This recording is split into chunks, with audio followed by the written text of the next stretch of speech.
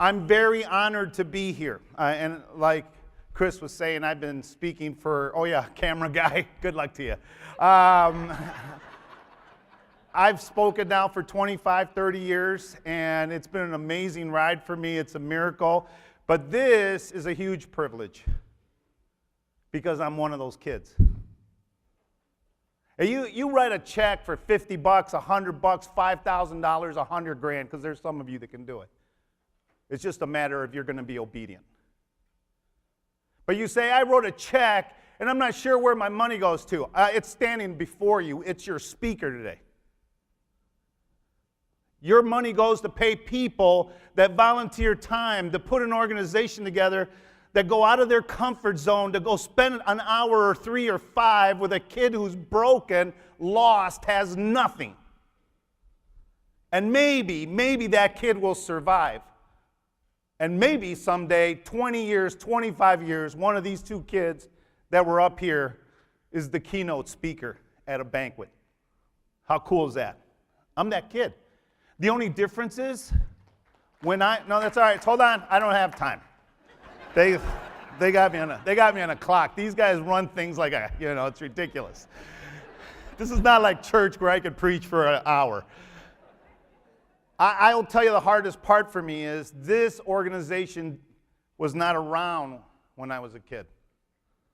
They didn't have English as a second language. There wasn't a place to go get food. There wasn't a place where they were handing out clothes. It was just tough. If you haven't been to visit this place, if you haven't been out to visit at these centers, then you don't understand why you're here. It's amazing. It's life-changing. The 300 volunteers that tutor these kids. I met a kid named Juan Ortiz at it, 10 years old.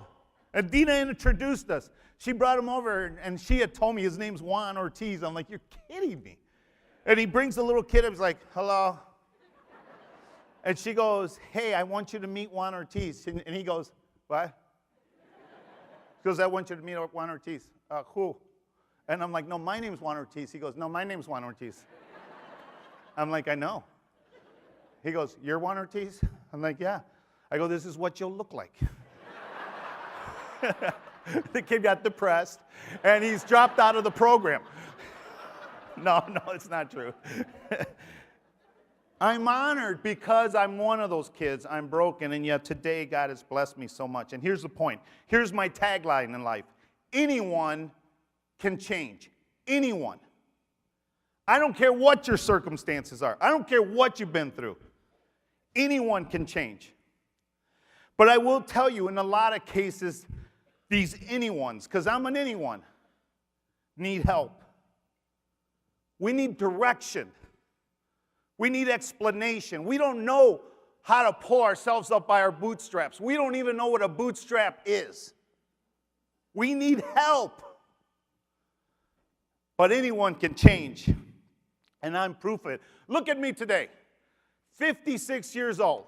Extremely good looking. Married for 33 years to the same woman. That's incredible. And by the way, I told my mom that I would never marry. I told her, Mom, I'm going to go to college. I went to Trinity International University in Deerfield, where I played soccer. And I told my mom, I'm going to go get a degree. When I get out, I'm not going to get married because I don't know how to treat a woman. My dad was a horrible example. And I said, Mom, when I get out of college, we're going to get a little home together, and I'm going to live with you the rest of my life with you. And she's like, oh, Juan, that is so wonderful to hear. You're so beautiful, Juan. I said, thank you, Mom. But I went to Trinity, and I met the blonde, and then the rest is history. I got married to her.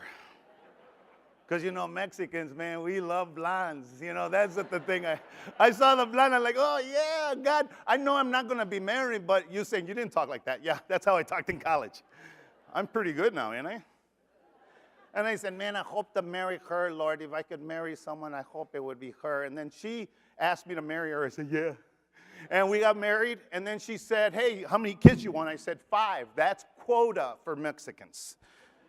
Minimum is 5. They're all, picture these kids, half Mexican, half German. I know, blonde hair and blue eyes with my face. Yeah, you can pray for them. They're ugly kids, let me just tell you right now. Here's what's crazy. Here's the best part. Statistics say that the son of a drug dealer, the son of a man who killed people, the son of a man who beat his kids and his wife every day of their lives, they say the children of that man will be the same. That's what statistics say. I shouldn't even be alive. That kid will probably die before he even turns 18. But for sure, that kid will never do anything with his life. I'm your speaker today. It's a miracle. That's God's grace. And here's the best part. I love this. I love this when people ask me, so you're pretty successful. Did you go to college? Yes, I have a degree. Isn't that awesome? Having a degree, it's like mind-boggling. And now, guess what? First one in my family, just like you guys, to go to college. And now, all my kids have gone to college. My 2 boys have graduated from college. Now, one of them might have cheated, but he graduated, okay? My 3 girls are all at Trinity right now. One graduates in a couple weeks. It's a miracle. But when you're willing to help people change, like Chris says, when you put positive, encouraging people in these child's lives, not only do their lives change, their whole future change. My whole life is different. I want to start off by saying this. And by the way, let me get this out of the way. People always go, are you nervous? I'm not nervous, but this hand has arthritis. It does. So I drink with this hand. People say, why? And I get this out of the way. Why are you nervous? I'm not nervous. I have arthritis in my hand, but I came up in poverty. My hand's been broken several times, and we didn't have insurance. We didn't have a center where you could go and people would help you, and there was medical help. You broke your wrist, it's broken. It broke again, you'll never get it fixed. I've had arthritis my whole life, so I have to get that out of the way because people go, you must get so nervous up there. I'm not. I just have arthritis. All that to take a drink of water. That's nuts. My parents are from Mexico. My mom and dad came from Monterrey, Mexico. My mom from the poor side, my dad from the wealthy side. My dad spoke 4 languages by the time he was 12. He was in private Catholic school. He was a legal resident in the United States. He was intelligent, he was good looking, he was smart, and he was arrogant, spoiled, rotten. His father was a millionaire. My dad had everything as a kid. My mom had nothing, 1 of 13 kids. She was the oldest.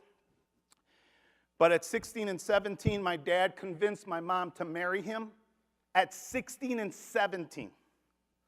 And said, Norma, if you'll marry me, we'll go to the United States of America, we'll have the greatest life. And she bought the dream. I asked my mom years later, Mom, did you marry Dad because he was good looking or because of the money? She goes, well, a little of both, you know. I mean, it's nice to have money too. I asked my dad in prison, because my dad spent 18 years in prison. I said, Dad, did you love Mom? Did you love her? He goes, I loved your mom with all my heart. I go, why'd you hit her? Why'd you hit us? Why'd you give us this life? If you loved her, if you loved us, why? I couldn't control myself. I couldn't handle my emotions. Drinking and drugs and women ruined and devastated his life and devastated ours. That was the first 10 years of my life. My dad, drunk every day, high every day, selling drugs every single day. We moved all over Texas, from San Antonio to Houston, across the border back to Matamoros, Mexico. We'd come over to Mercedes, McAllen, move over to Laredo, back to Monterrey. We were everywhere for the first 10 years of my life. We had nothing. And one day my dad came home drunk and he said, hey, you know what? I got good news. There's some people in Chicago that are going to help us. I asked my dad later in prison, I go, Dad, I was 10 years old at the time, 1971. I said, Dad, why Chicago? We had never heard of it. Why so far away? He goes, this guy had promised them work. And my dad told me this in prison. He said, I really wanted to change. I wanted to be different. I wanted to get rid of all of it, but I didn't know how. He didn't know how. People need leadership. People need to be mentored. People need to help guys like that. He truly wanted to change, but he couldn't. I've dedicated my life now. I've started a business. I've been speaking for 30 years. But Juan Ortiz Inspires is about helping men do more with their lives, love their wives, love their kids, and go mentor other men. My dad didn't have that. So I'll never forget it. It was February, Houston, Texas. I was 10 years old. My dad and my mom, my little baby brother Ricky, tied to my mom's chest with a towel. Me, Louie, and Tony, and Gracie in the back of a station wagon, and 24 hours later, we landed in a little town called West Chicago, Illinois. How many have ever heard of it? Familiar group here. North Avenue. When we got there, the guy that was going to help us was arrested 2 nights before. Matias, Norma, Juan, Luis, Antonio, Graciela, y Ricardo Ortiz were instantly homeless. We just drove 24 hours, February. It's 70 degrees. We land in West Chicago, Illinois, covered with snow, 10 below zero. We're just wearing the clothes that we just came from, and we're homeless. You know what my dad did? You might recognize this place. Right off of North Avenue, right over by the DuPage Airport. How many have ever been over there? There was a little bar there back in the 70s. My dad was so angry, he drove to that bar, and he parks the car, and he loved me. He goes, Johnny. Johnny's Juan in English and Spanish. And he called me Johnny. Johnny, come here, mijo. Mijo's son. He goes, mijo, you believe in your dad? I said, yeah, Dad, I believe in you. You love me? And by the way, those were all lies, but you don't want to get hit. When you get hit every time, you just tell him whatever he wants to hear. You love me? Yeah. He says, I'm a winner. In Spanish, he says, soy campeón, mijo. Soy campeón. I'm a winner. I'm a champion. You know what I'm going to do? I'm going to find us a house. I'm going to get us a job. He was a dreamer. He was trying to do better, but he had no clue how to.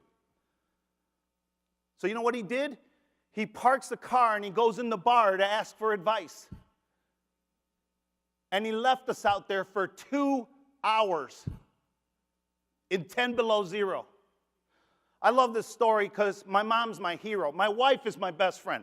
My wife has helped me change like you can't believe. We've been married 33 years and happily married 9.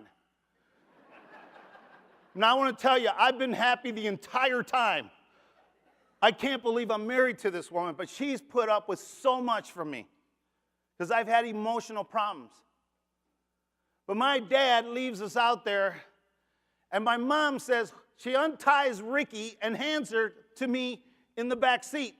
And I'm like, Mom, and we don't speak English. I'm like, 10 years old, I don't speak English. I go, what's happening, Mom? She's like, just stay there. She gets out of the station wagon and goes to the back seat. How many remember those old 70s station wagons? Remember between the front seat and the back seat, there's like a living room there. How many remember these? That's how we got like 40 Mexicans in there. I'm telling you right now. My mom opens the back door and she goes, Juan, lay down. I go, what? And so I lay down, and she put Louie here, and then Tony here, and then Gracie on top of me, and then she laid on top of us. I said, Mom, what are you doing? My mom dropped out in 7th grade. Amazing woman. She goes, somewhere I heard like the big fat chicken, you know, like the really big chicken. She got little chickens. You guys are the little chickens. I'm the big fat chicken. And she goes, you put the little chickens down, and then the big fat chicken sits on top of them, and she keeps them hot. And I'm like, do the baby chickens die?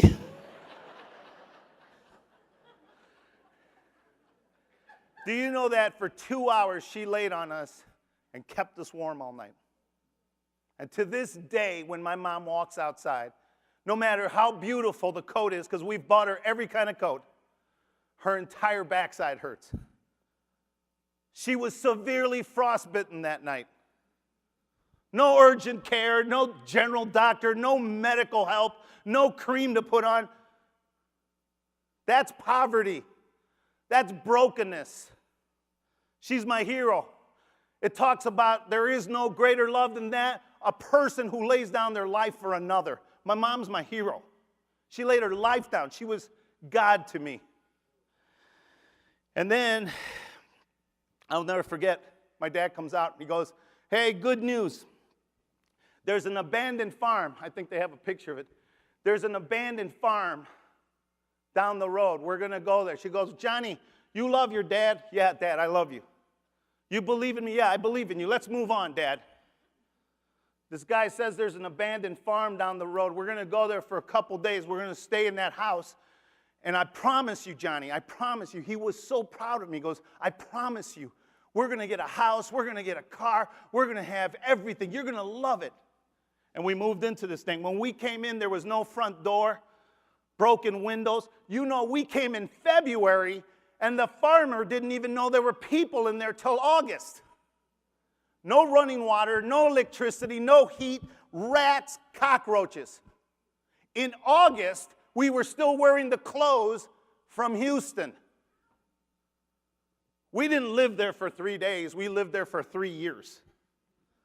West Chicago, Illinois. By the way, this is my book. And ironically, the cover of my book, that road on the cover is the road leading to that house. One of my brothers had enough common sense years later go, I'm going to go take a picture of the road. Who knows? Maybe one day we could use it. I can barely look at this. In August, my mom takes us down the street, North Avenue. Picture this short little Mexican woman. She had 4 kids by the time she was 22. So here she is, 27, 28-year-old. She's got my hand, she's got Louise and Tony and Gracie, and she's got Ricky wrapped around her with a towel, walking down North Avenue. No sidewalks. We walked from the DuPage Airport down the Route 59. You tell me the mileage on that. There was nothing out there then. We turned right on Route 59, and we walked for miles until we ran into a little school called Turner Elementary. Best day of my life because I hated school. People hated us. We were dirty. I don't have time to get into this story. But after a year or two there, I met one of the greatest people, the first person to plant love in my life outside of my mom, a guy named Mr. Laurie. I don't know if they have a picture of him. He was my 6th grade teacher. And Mr. Laurie was my 6th grade teacher, and he was amazing. There he is. Look at him. Horn-rimmed glasses. And there I am in the bottom. Look at that smile. Gorgeous hair. Mr. Laurie was going to be a priest. His mother got sick. Father died, and he had to come home. He ended up not going to be a full-time priest. He ended up going to school and ended up being a teacher. I had him one of the first years of his career, and Mr. Laurie was unbelievable to me. He put a chair right by his desk, and he said, this is a little boy. He's beautiful. The only other person that ever called me beautiful was my mother. He's beautiful. He's wonderful. He's special. He protected me. And you know, for 6 months, I had Mr. Laurie. I never talked to him because I was angry. I had an attitude. I hated the world. I hated kids. I hated teacher. I hate my dad. And poor Mr. Laurie poured into me day in, day out, day in, and I never even gave him the time of day, never smiled at him or said thank you. Try volunteering under those circumstances.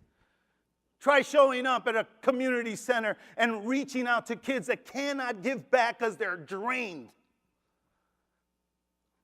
And Mr. Laurie was my teacher. He was amazing. He was changing my life, but I just didn't have the skill set to give back.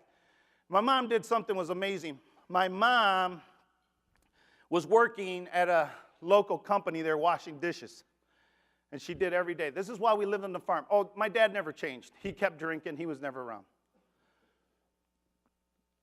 My mom used to walk, leave at 5 in the morning, walk for an hour, go to this place, wash dishes, come home around 8 or 9 at night. She'd work like 14 hours. I'd take care of the kids. One day, my mom's walking. It's in the winter. She falls in the snow. She tells the story awesome. She goes, so, like me, I'm walking. I'm like a cockroach. And she goes, and I sleep and I fall. Boom. And then she goes, and I cannot get up. She goes, I'm trying. She's trying to get up, but she can't. I'm pushing, I can't get up. It just cannot happen. And then like a car comes by, a big car with a lot of tires. I go, truck, Mom? At least, it's a big car. It almost squished me like a cockroach. I go, what happened, Mom? She goes, so I lay in the snow, and I can only picture God's face on this. Hello? Hi. My name is Norma. I heard that, you're like God, and you're real. And if you are real, we need help. Help us. And she got up and went to work. And she came back. And Saturday afternoon, 3 days later, how ironic is that? Nobody comes to the farm. Nobody. And a knock came to our door. My mom goes, Juan, get that. So I walk over, and standing there, and the door opens, and an American woman in Spanish from the Wheaton Bible Church. In Spanish, she says, hi, my name is Grace Walters, and the Lord Jesus has sent us to help you. And I turned to my mom, I go, there's a lady here that knows some guy named Jesus. Because there's only 1 million of those guys. Just go to Mexico, you're like, okay, will a real one stand up, please? So my mom comes up, she gets by the door, and the lady says it again, hi, my name is Grace Walters, and the Lord Jesus Christ has sent us to help you. And my mom faints. Later, she would tell me, I tell you why I fainted, because I prayed to that guy, and he say, yeah, I'm here, and I come, and then he brings grace. He brought grace. Literally brought grace. You know what they did that weekend? That weekend. Not in a couple weeks, not in a month. They didn't set up a game plan. That weekend, they rescued us. They took us out of that filthy farm, moved us to the town of Wheaton, the Holy Land. They gave us a house. Everything in Wheaton glowed. It was just like, bum, bum, bum. This place is weird. And they gave us a house. Our cupboards were filled with food. They gave us clothes. Now, granted, nothing matched because you people give all your garbage away. I got like yellow pants, brown checkered shirt, and dippity-doo. How many remember dippity-doo? That is illegal stuff. That is now used for military purposes only now. But here's the saddest part of the story. They took us right that weekend. I never got to say goodbye to Mr. Laurie. Not that I could have. I was angry. I was broken. But when we got to Wheaton, the Bible church started telling us about Jesus. I literally thought it was a guy. They're like, come to church with us. I don't know what church is. We go there, and I'm sitting there, and I'm looking around going, Chris Lyons? Who is Jesus? And they finally put me in a youth group, and they explained Jesus' love, and at the age of 12, I gave my life to Jesus Christ. Changed me forever. Oh, it didn't change overnight. Things weren't perfect. People still criticize us. It was difficult. But when I go to the outreach center today, I get really emotional because I look at these kids, and it's hard for not to picture myself there and just be like overwhelmed by it. See, because what happened to me is I realized that God had control of my life the whole time. He was watching me. He had a plan for me. And when we moved to Wheaton, I finally got to know Jesus. And I dedicated my life. I said, I don't know what I'm going to do with my life. I don't know how long I'll live, but every day you give me, I'll give it back to you. It's yours. And this is the craziest part. I'm sorry I'm so emotional, but I don't know why I do get emotional. But anyways, I went to visit with Dina and Bonnie. And Bonnie, you were there. We were giving the tour. I met little Juan Ortiz. I'm looking at the gym. And I was fine. I was fine the entire time until I walked out to my car and sat in my car and just started bawling. You know why? Because after I became a Christian, I went to Wheaton North High School. I became the most popular kid. I was homecoming king. I buried myself into church. I loved everything. And I went to college scared to death. And when I left, my mom moved into an apartment with my 5 siblings on Gunderson Street, Village Brook. I sat in my car a month ago realizing that this center is not even a mile away from where my family suffered. It wasn't around then. My brother Ricky, who just passed away 2 years, my brother Ricky lived in those apartments, and you know what he did? Never did his homework, never was home, because my mom was working every hour of the day. And when Ricky would even go to school, he'd come home and he'd run with kids, and they were drinking and smoking, and they were in gangs. He didn't have a center to go to. He didn't have a tutor. He didn't have a mentor. He didn't have a father. On Gunderson Street, I sat in my car, and I'm thankful none of the staff walked out because I cried for a half hour by myself. And then I went and got something to eat.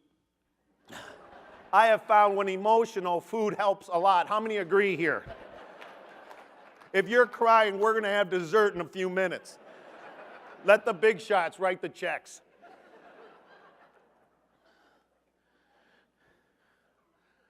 This will change people's lives, one kid at a time. I'm living proof. I've been speaking for 30 years. I speak in 2 languages. I've spoken in 10 countries to over 1 million people. That's who I am. It's a miracle. I'm humbled by it. Well, I'm not the guy to tell you to give, but I am the guy that can have cousins chase you down. So we're putting a list. We're checking it twice. We're going to make sure everybody hears. Nice.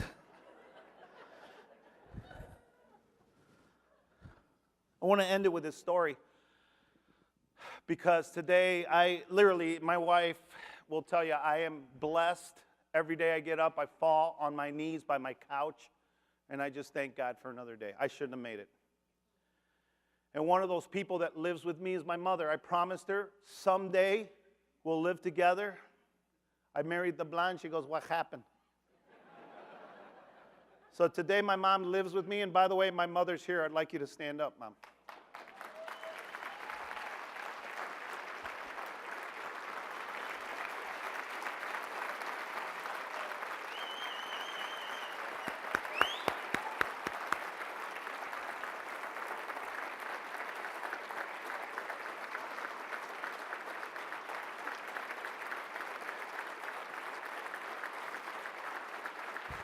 Thank you. Thanks. She's amazing. She talks a lot. She lives with my wife. My wife's been amazing. She's been helping me take care of my mom and my brother Ricky, who died 2 years ago. He never recovered from the drugs and stuff. And my wife's been awesome. But I want to end with this story because look how God works. Again, some of you are here because you volunteer. Some of you are here because you've been partners for years. Thank you. Some of you are new to this. You don't even know what this is about. But either way, God brought you here for a reason. Let me tell you mine. It's amazing. So about 15 years ago, I'm speaking at Illinois Benedictine. I'm speaking to about 400 or 500 rescue people, police officers, nurses, attorneys, judges. These are people that work in domestic violence. And I came and told my story. And when I was done, I said, listen, I told him the story about Mr. Laurie. I never got to say goodbye. And I feel bad about it, but every chance I get, I want to, on behalf of Mr. Laurie, for all of you rescue workers and all you do, I want to thank you. So thank you on behalf of Mr. Laurie. They give a standing ovation the whole deal. I leave. A week later, I get a call. I'm driving at work to the Cubs game with clients and my boss. And the phone rings, and it's like, Mr. Ortiz? I'm like, yeah? It's so-and-so from the Glen Ellen Police Department.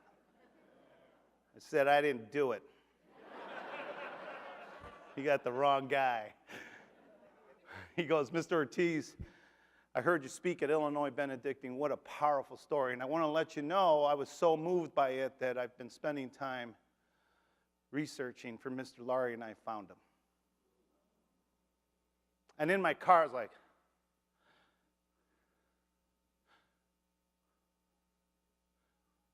what? My boss is having a conversation, and he looks over at me and goes, you okay? And I'm like, I don't know. I said, you found Mr. Laurie? He goes, yep, never married.